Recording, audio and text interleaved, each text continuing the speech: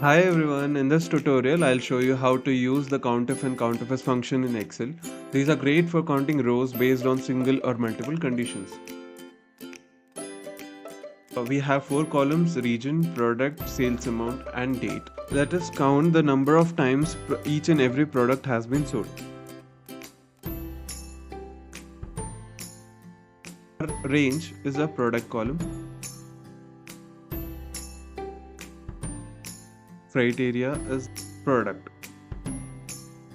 Now, in another example, let us see the number of times product A is sold in each and every region. Criteria range 1 is the region column. Criteria is the region.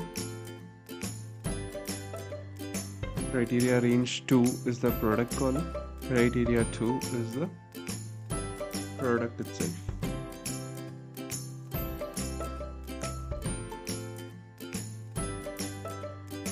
COUNTIF and COUNTIFS are useful for analyzing trends, checking sales by specific regions, and filtering data for reports. Thank you for watching. Try these functions on your own dataset. Let me know in the comments how they work for you. Thank you guys. Bye.